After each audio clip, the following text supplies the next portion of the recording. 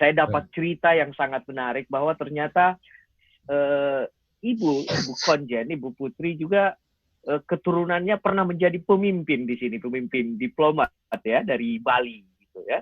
Pernah menjadi itu sesuatu yang sangat surprise bagi kami. Mungkin bisa diceritakan sedikit Pak, karena ini rekaman ini kita akan sebar nanti di. Oke, mungkin saya undang Ibu Putri. Disuruh saya bercerita. Disuruh saya bercerita. Ya, maaf ya. Begini, Ibu Putri keturunan bangsawan Bali. Jadi kakeknya seorang Panggiran, namanya Cokorda Gede Raka Sukawati. Cokorda Gede Raka Sukawati. Dan beliau pernah waktu zaman Belanda pernah menjadi anggota Volksraad ya untuk Pulau Bali. Kemudian setelah Perang Dunia Kedua, beliau berkumpul dengan raja-raja zaman dulu untuk ikut dalam pembentukan negara Indonesia Timur. Nah, memang ini secara waktu perjuangan kan. Dan zaman itu mereka Belanda mau membuat satu semacam Commonwealth, ya. Tapi yang berhasil mereka membentuk adalah negara Indonesia Timur dan beberapa negara bagian lainnya. Dan beliau menjadi presiden negara Indonesia Timur. Jadi Presiden Sukawati adalah satu-satunya presiden yang memimpin negara itu. Dan setelah di Makassar, beliau pernah tinggal di Makassar. Dan beliau mempunyai istri dari Prancis dan mereka berdua di Makassar. Jadi ini zaman 46 sampai tahun 46 sampai tahun 50. 48. Ya, 50. Dan setelah damai perang kemerdekaan, negara Indonesia Timur akhirnya setuju untuk bergabung dengan Republik Indonesia.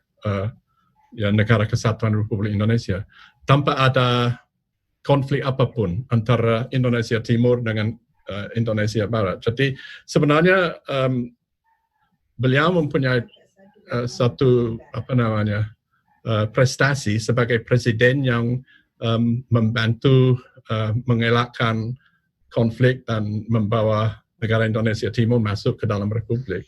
Jadi ya, itu memang sejarah zaman dulu dan banyak ada interpretasi pro dan kontra, tapi pokoknya beliau pernah menjadi pemimpin negara Indonesia Timur yang saat itu punya kabinet dan wakil-wakil dari seluruh bagian Indonesia Timur.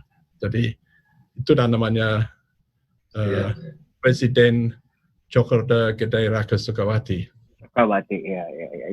Itu sangat berkesan ya. Artinya di kita sejarah Indonesia juga mengakui bahwa Sulawesi Selatan dan beberapa kerajaan saat itu di Indonesia Timur juga bergabung di situ dan tercatat sebagai sejarah gitu. Dan bangganya kita bahwa salah satu keturunannya, cucunya datang ke Makassar dan membawahi, walaupun sebagai pemimpin diplomat gitu ya, membawahi wilayah yang relatif hampir sama gitu. Nah, itu sebuah catatan highlight yang publik di Makassar ini penting, perlu tahu saya pikir ya. Itu satu kebanggaan. Mungkin kita bisa lihat wajah ibu sekarang ini bagaimana ini Bu Cuce. Ini kemudahan. Setuju. Selamat sore. Selamat sore Bu. Wah, ini sudah menetap di Australia, tidak ke Makassar lagi ini. Iya, sayang sekali Pak. Ya, sebenarnya kami belum siap untuk tinggalkan Makassar. Ya, tapi karena COVID berarti harus ke sana Bu ya sebagai diplomat. Tapi anyway, overway kita sangat berterima kasih sama menyampaikan bahwa kerjasama yang bagus antara media dan konsulat jenderal ini sangat-sangat bagus. Bukan hanya Tribun, di media lain juga mengatakan hal yang sama gitu. Saya mewakili organisasi dari AJI, Aliansi Jurnalis, ada Pak Jumadi juga dari perhimpunan itu. Yang kami dapat bahwa Pak Konjen ini sukses memainkan peran sebagai diplomat gitu. Terima kasih. Ya. Kabar Ibu di sudah ditemani anak ini Bu sekarang di Melbourne ya? Sama anak ya? Anak ada satu di sini, yang satu lagi di Sydney. Ya. Sydney, ya. Wah, ini kami akan sangat menunggu kedatangan Ibu ketika COVID sudah berlalu, datang ke Makassar. Kami akan sangat senang jika Ibu datang lagi nanti ke sini. Ya, kami sudah ingin sekali berkunjung lagi ke sana. Tapi teman-teman. Masalahnya masih ada larangan keluar negeri dari Australia. Orang Australia belum boleh keluar negeri kecuali ada keperluan mendadak atau keperluan darurat. Jadi ya belum diizinkan. Mudah-mudahan. Mudah-mudahan tahun depan. Itu termasuk kebijakan itu travel warning ya, Pak? Ya, travel warning untuk seluruh dunia. Untuk seluruh dunia. Dan belum ada batas waktu sampai kapan berlakunya? Belum. Masih keputusannya akan tergantung kepada nasihat dari para ahli kesehatan, ahli dokter di Australia. Dan mungkin mereka sangat tidak mau mengambil risiko. Ini pasti orang penasihat kesehatan selalu mau mengelakkan risiko. Jadi saya kira, ini pikiran saya ya, karena kita tidak bisa menebak bagaimana nanti keputusan mereka. Tapi saya kira larangan perjalanan ke luar negeri akan berlangsung selama beberapa bulan lagi, mungkin sampai 3 atau 6 bulan lagi. Dan jadi kita harus sabar dulu, dulu. Nah, padahal sudah melandai Pak ya. Ya, kasusnya sudah melandai. Ya, tapi seperti saya katakan tadi, ada ketakutan, ada gelombang kedua. Jadi second wave. Ya, penasihat kesehatan tetap mengatakan ya tunggu dulu, melihat bagaimana situasi setelah kita meringankan semua perbatasan sosial. Seperti hari besok anak-anak sudah mulai bersekolah di Makassar, di Melbourne lagi. Bagaimana nanti akibat dari itu? Masih dicoba. Pelan-pelan masih dicoba. Ibu selama 4 tahun mendampingi Pak Richard di Indonesia Timur, di Makassar terutama. Apa yang paling berkesan, Ibu, untuk tugas mendampingi Bapak lah dalam dukungan moral terutama? Bisa diceritakan sedikit, Ibu? Saya suka ikut dengan Bapak mengunjungi sekolah karena saya dulu seorang guru. Oh ya. Jadi saya suka ikut misalnya saya tanya kalau mereka perlu buku-buku, saya suka sumbangkan buku-buku gitu. Iya. Ya, setiap ke sekolah misalnya dulu kami pernah ke Bulukumba berkunjung ke sekolah di sana. Sehari sebelumnya kami buru-buru ke toko Gramedia ya. Beli banyak buku-buku untuk bawa ke sekolah dan itu karena ibu yang punya ide itu untuk membagi-bagi pada anak-anak di kelas. Karena mereka kan banyak yang tidak bisa beli buku sendiri. Jadi kami sumbangkan buku-buku sekolah gitu, buku tulis juga dan buku pelajaran juga taruh di perpustakaan. Ya, saya suka beli buku-buku mengenai geografi ya, ilmu bumi supaya mendidik anak-anak di mana Australia, karena saya sering bertanya mereka. Saya sering bertanya ya, kalau kita berkumpul dengan anak-anak di kelas, saya tanya di mana Australia, dan mereka bilang saya tanya di utara atau di selatan. banyak yang bilang di utara atau banyak bilang di timur, tidak tahu di mana Australia. Jadi kita pakai buku belikan atlas. Untuk Atlas ya, betul untuk mereka. Wah, ini dari sisi ini kami menilai Pak Richard ini sukses menjadi diplomat. Pertama, sudah pintar berbahasa Indonesia. Nah, pernah tugas di Kamboja, pernah tugas di Asia. Tapi di Indonesia Anda pintar berbahasa. Yang kedua, Anda bertemu dengan putri Indonesia gitu kan. Anda membawa ke Australia, ini sebuah prestasi yang jarang dimiliki diplomat lain. Ini prestasi terbesar di yang saya capai. Iya, betul. Karena susah mendapat putri Indonesia sebenarnya. Iya, dan putri Indonesia itu adalah cucu mantan penguasa di Indonesia Timur. Saya pikir itu sebuah catatan sendiri bagi kami, itu prestasi diplomat yang jarang ada gitu ya, jarang dimiliki. Nah, masa depan, tantangan masa depan, mungkin setelah ini saya kembalikan ke Pak hubungan diplomat di masa COVID ini seperti apa nanti kira-kira, Pak Konjen? Ini kan akan semakin membatasi. Tantangan menurut Anda sendiri apa itu yang ke depan? Ya, tantangannya untuk tetap menjalankan hubungan bilateral. Walaupun tidak bisa bertemu secara langsung. Jadi saya setiap hari berkomunikasi dengan Kedutaan Besar Australia di Jakarta, dan mereka dan kami setiap waktu mengadakan komunikasi seperti ini lewat Zoom atau Webex atau WhatsApp. Jadi kita sebenarnya walaupun ada pandemi yang sangat menakutkan ini dan sangat dahsyat ini, tetapi oleh karena saat ini zaman sekarang kita mempunyai hubungan daring online, kita bisa saja tetap bekerja.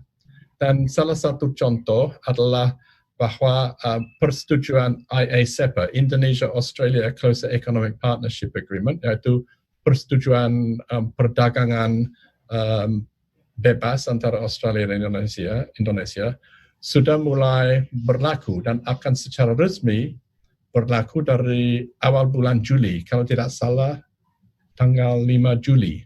Dan kedua menteri perdagangan akan mengumumkannya secara virtual juga. Jadi kita tetap berusaha supaya menjalankan perdagangan dan investasi walaupun sangat terbatas karena masalah COVID-19 ini. Ada salah satu contoh lagi di sektor pendidikan, walaupun universitas-universitas Australia tidak bisa mendatangkan siswa-siswa sekarang dari Indonesia ke Australia, tetapi mereka sudah mulai menyediakan kursus online. Jadi sudah mulai berusaha untuk menyediakan kursus online supaya anak-anak atau siswa di Indonesia tetap bisa bekerja sama. Dan ada di sektor pendidikan ini sangat mungkin karena kebanyakan kursus sebenarnya bisa disediakan online walaupun agak terbatas karena misalnya pengalaman langsung di lapangan belum bisa ya. Ada juga salah satu proyek lagi yang pernah kami bantu perkembangannya, yaitu hubungan antara Australia Indonesia Center dengan universitas-universitas di Indonesia. Jadi di dalam Australia Indonesia Center ada 11 universitas yang bekerja sama, 4 dari Australia dan 11 dari Indonesia. Yang dari Australia termasuk misalnya Monash, Universitas Monash, Universitas Melbourne. Di Indonesia UNHAS, salah satu pesertanya UNHAS. Dan AIC, Australia Indonesia Center, sudah membuat satu program namanya Partnership for Australia Indonesia Research, kemitraan penelitian Australia Indonesia yang pusatnya, yang fokusnya pada Sulawesi Selatan, Provinsi Sulawesi Selatan. Jadi program ini adalah kerjasama antara 11 universitas, dan peneliti-peneliti dari ke-11 universitas itu akan mengambil proyek-proyek yang fokusnya khusus pada Provinsi Sulsel di sektor misalnya sektor logistik, sektor transportasi. Misalnya salah satu proyek yang mau mereka jalankan adalah penelitian tentang perkembangan hubungan rel kereta api dari Makassar ke Parepare dan dampak sosial, dampak ekonomi, dampak kesehatan, dampak lingkungan, segala-galanya seperti itu akan diteliti secara mendalam.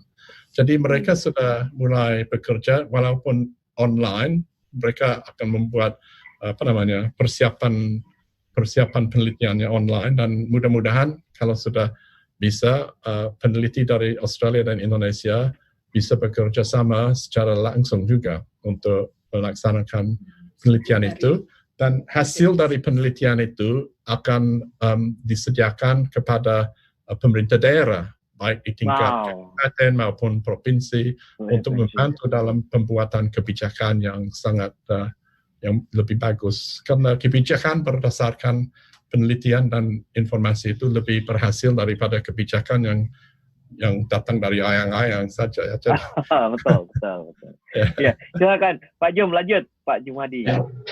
Pak Rika, kan baru-baru sih. Tahun lalu Australia juga membentuk tim penelitian dengan UNAS untuk meneliti geopark di Maros atau Pangkep, Pak. Sejauh mana perkembangannya saat ini, Pak? Program itu sebenarnya saya belum, sudah lama saya tidak ada kontak dengan mereka, jadi saya belum tahu bagaimana perkembangannya. Mungkin di dalam naungannya AIC juga saya belum tahu. Tapi di Maros ada satu proyek yang sangat-sangat membanggakan, yaitu bekerja sama antara peneliti arkeolog Australia dengan arkeolog Indonesia di layang-layang Maros. Dan mereka sudah lama bekerja sama dan tahun 2017 kalau tidak salah, mereka berhasil menemukan bukti bahwa di daerah itu sudah ada manusia tinggal di sana sejak 49.000 tahun lebih. Karena ada tanda-tanda kesenian, tanda-tanda tangan di atas dinding batu ya? Ya, di atas langit di dalam gua layang batu itu dan layang-layang lainnya. Dan salah satu peninggalan itu bisa diukur umurnya secara ilmiah dan terbukti bahwa yang membuat gambar tangan itu dengan menyemprot pewarna alamiah itu, mereka membuatnya lebih dari 49.000 tahun yang lalu. Ini merupakan salah satu temuan kesenian yang tertua di dunia. Jadi itu hasil kerjasama Australia dan Indonesia. Dan sekarang gua-gua di Maros lebih terkenal, lebih banyak orang yang suka melancong ke sana, dan asal lingkungannya dilindungi, tempat itu akan tetap berkembang sebagai tujuan wisata yang akan menguntungkan masyarakat lokal. Jadi itu salah satu kegiatan yang sangat menyenangkan. Oke, betul soalnya. Ya. Pak Richard, ini sudah mendekati 45 menit perbincangan kita. Ya.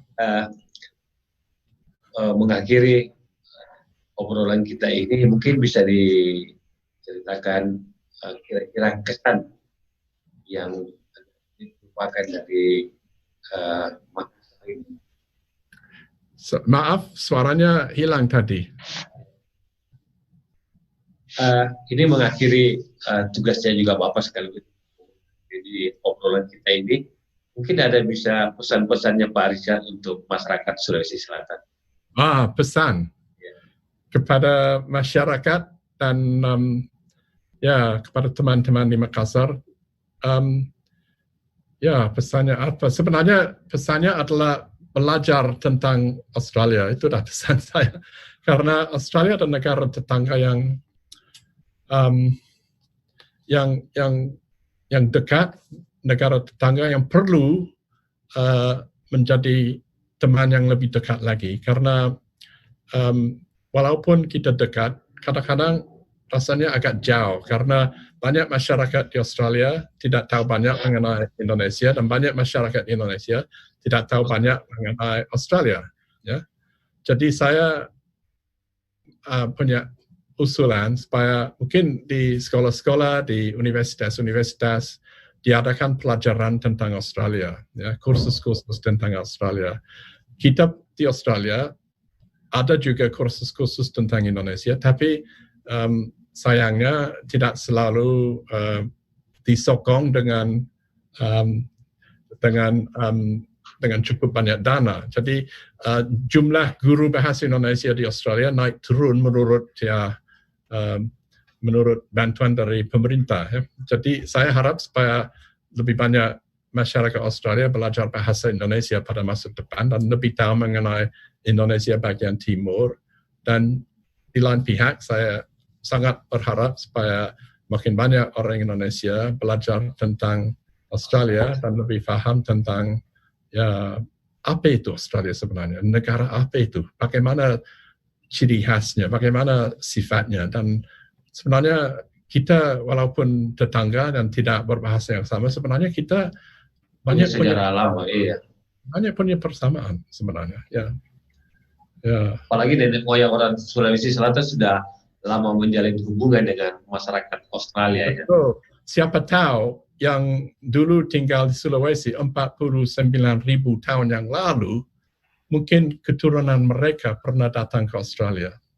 Siapa tahu, itu salah satu pertanyaan yang masih diteliti oleh para peneliti dari Australia dan Indonesia dalam risetnya di tempat seperti Maros. Iya. Baik, Pak Rizal. Mungkin Pak Tamsil ada sudah, terima kasih. Terima kasih banyak. Terima kasih banyak Pak Richard. Sebagai mewakili teman-teman media dan Tribun Timur, kami menyampaikan terima kasih banyak melalui forum ini. Semoga kita bisa bertemu dan pelanjut Anda, sukesor Anda bisa lebih baik. Minimal bisa berkomunikasi dengan baik. Ya, belajar bahasa Indonesia lah. Mengerti bahasa. Saya banyak berterima kasih juga kepada AJI, Aliansi Jurnalis Indonesia Independen, dan juga kepada semua teman-teman di Tribun Timur dan media lainnya di Makassar, dan juga di Indonesia bagian timur. Saya keliling Indonesia bagian timur, selalu bertemu dengan grup-grup AJI kalau ada. Ya. Jadi saya senang sekali bertemu dengan teman-teman dari AJI karena mereka banyak punya intelijen, ya, sangat bermanfaat. Dan ya, pasti kita akan terus melanjutkan hubungan antara media Australia dan Indonesia.